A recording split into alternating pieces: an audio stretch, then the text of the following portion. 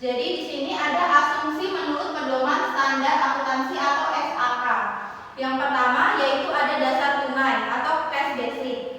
Jadi dasar tunai atau cash basic ini adalah dasar akuntansi yang menetapkan bahwa pencatatan transaksi atau ekonomi hanya dilakukan apabila transaksi tersebut menimbulkan perubahan pada kas. Nah, selanjutnya yaitu ada akrual atau akrual basic. Nah, akrual basic ini adalah dasar akuntansi yang mengakui transaksi dari peristiwa lainnya pada saat kejadian, bukan pada saat kas atau setara kas diterima atau dibayar. Selanjutnya yaitu ada konsep entitas atau kesatuan usaha. Jadi yang dimaksud konsep kesatuan usaha ini adalah akuntansi harus berlaku untuk setiap unit ekonomi secara terpisah. Nah, selanjutnya yaitu kelangsungan usaha atau going concern assumption. Jadi, laporan keuangan disusun dengan anggapan bahwa perusahaan akan melanjutkan usahanya berkesinambungan di masa depan atau tidak dimaksud mengurangi skala usahanya atau bahkan melikuidasinya. Nah, selanjutnya yaitu ada unit moneter atau monetary unit assumption. Nah, yaitu seluruh transaksi dan peristiwa ekonomi dapat dinyatakan dalam satu mata uang tertentu. Selanjutnya ada periode akuntansi atau accounting periode assumption. Nah, yang dimaksud dari periode akuntansi ini yaitu laporan keuangan perusahaan harus dilaporkan secara berkala dibagi dalam periode tertentu atau periode akuntansi. Selanjutnya ada asumsi menurut GAAP yaitu General Accounting Principle. Nah, yang pertama yaitu ada asumsi kesatuan bisnis akuntansi.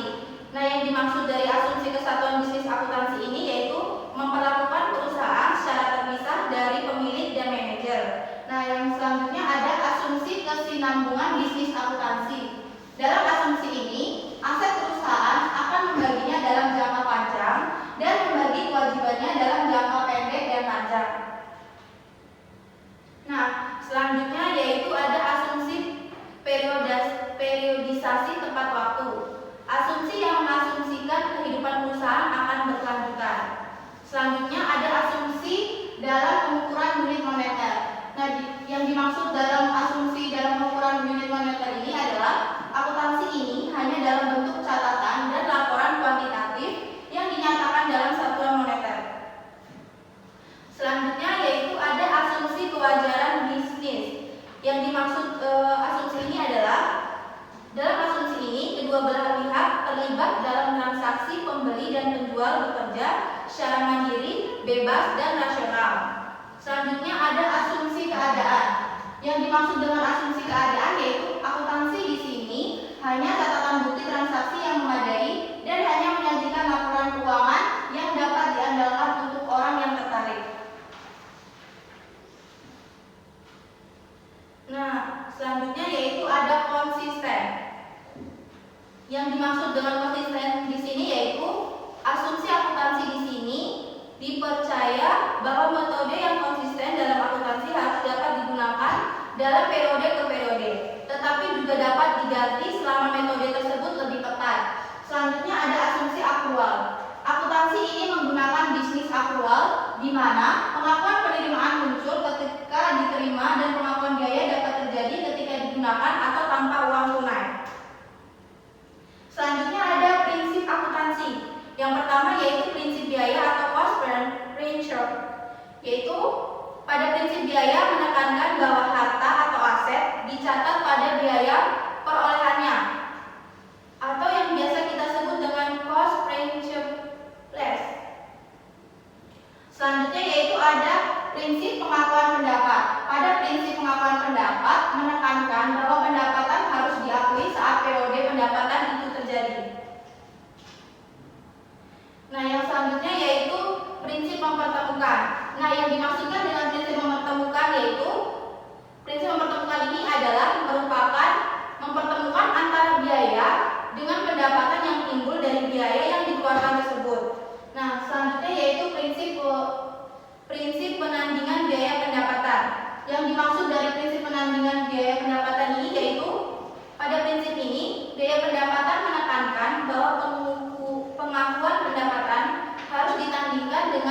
beban terkecil dalam suatu periode yang sama. Nah, yang terakhir di sini ada prinsip pengukuhan penuh. Yang dimaksud dengan prinsip pengukuhan penuh di sini yaitu di sini menekankan bahwa laporan keuangan harus disajikan secara full atau penuh, fair atau wajar, dan adequate atau memadai. Baik anak-anak, sekian penjelasan dari Ibu. Apakah ada yang ingin ditanyakan terkait materi yang sudah dijelaskan? Saya, Bu. Ya, silakan Tarisa. Apakah ada yang ingin ditanyakan? Mengapa asumsi dasar itu diperlukan dalam akuntansi, Bu? Baik anak-anak, sebelum Ibu menjawab pertanyaan dari Tarisa, apakah ada yang ingin menjawab? Saya, Bu. Silakan Aulia. Karena akan memastikan bahwa laporan keuangan yang dibuat telah valid. Baik, jawaban Aulia sudah benar. Mungkin ada sedikit tambahan dari Ibu ya. Jadi asumsi dasar itu diperlukan karena asumsi dasar itu merupakan laporan keuangan yang akurat dan valid. Jadi dalam suatu perusahaan itu laporan keuangan itu harus dipastikan bahwa laporan keuangan itu tuh valid dan akurat. Jadi bagaimana, sudah paham atau belum? Sudah, Bu. Nah, selanjutnya silakan membuat kelompok 2-4 orang. Ibu akan membagikan LKPD dan kalian akan mengerjakan dalam waktu 15 menit. Baik, Bu.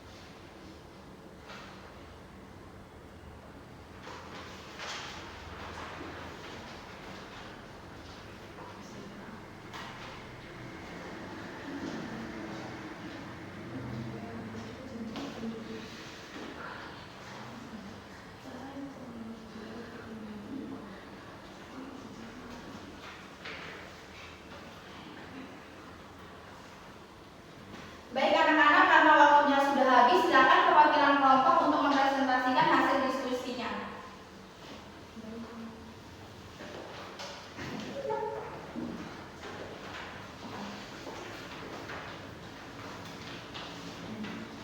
Assalamualaikum warahmatullahi wabarakatuh. Waalaikumsalam warahmatullahi wabarakatuh. Di sini kami akan mempresentasikan diskusi kami. Perkenalkan, nama saya Fitri. Saya Rosa. Jadi hasil diskusi kami itu yang pertama, laporan keuangan disusun atas 2 asumsi dasar, yaitu asumsi kelangsungan usaha dan asumsi aktual. Pada asumsi kelangsungan usaha diasumsikan bahwa perusahaan akan terus beroperasi sehingga entitas keuangan tidak mungkin menghilang. Dan yang hasil diskusi yang berikutnya yaitu prinsip dasar akuntansi yang lazim dan berlaku secara umum antara lain. Yang pertama ada prinsip entitas ekonomi atau economic entity principle. Yang kedua ada prinsip biaya historis atau historical cost principle. Yang ketiga ada prinsip kesinambungan usaha atau going concern. Yang selanjutnya ada prinsip pengungkapan penuh atau full disclosure. Yang selanjutnya ada prinsip pengakuan pendapatan yaitu revenue recognition principle. Yang ketiga, konsep entitas atau kesatuan usaha. Konsep entitas bertujuan agar transaksi perusahaan tidak boleh bergabung dengan transaksi pribadi atau transaksi lainnya. Konsep beban historik atau historical cost principle. Penilaian detail keuangan didasarkan pada beban yang telah terjadi dan tercatat dalam sistem pencatatan keuangan tersebut. Yang ketiga, periode akuntansi. Konsep ini diperlukan untuk mengetahui gambaran yang tepat mengenai kinerja perusahaan yang diperoleh saat perusahaan tersebut mencairkan hartanya menjadi kas. Dan yang keempat, konsep kelangsungan usaha atau going concern. Konsep ini menyatakan bahwa perusahaan akan beroperasi terus-menerus sampai waktu yang tidak ditentukan, sehingga penting untuk menyusun laporan keuangan yang lamanya bisa setahun, 1 semester, dan sebagainya. Apakah ada yang ditanyakan teman-teman? Cukup sekian presentasi dari kelompok kami. Assalamualaikum warahmatullahi wabarakatuh. Waalaikumsalam.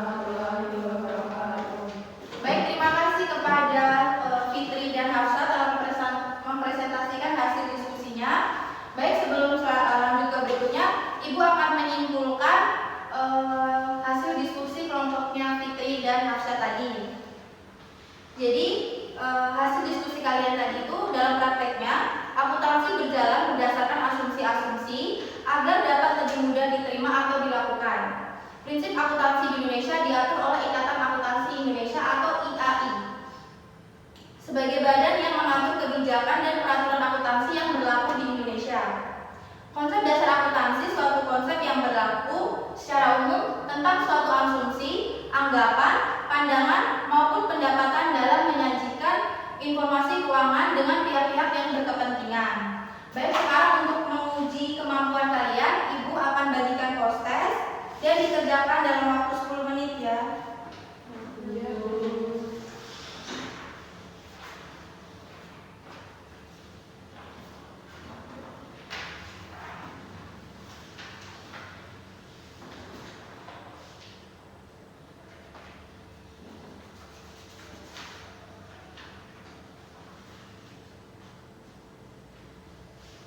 Baik anak-anak, karena waktunya sudah habis, silakan post testnya dikumpulkan kembali. Ibu periksa terlebih dahulu.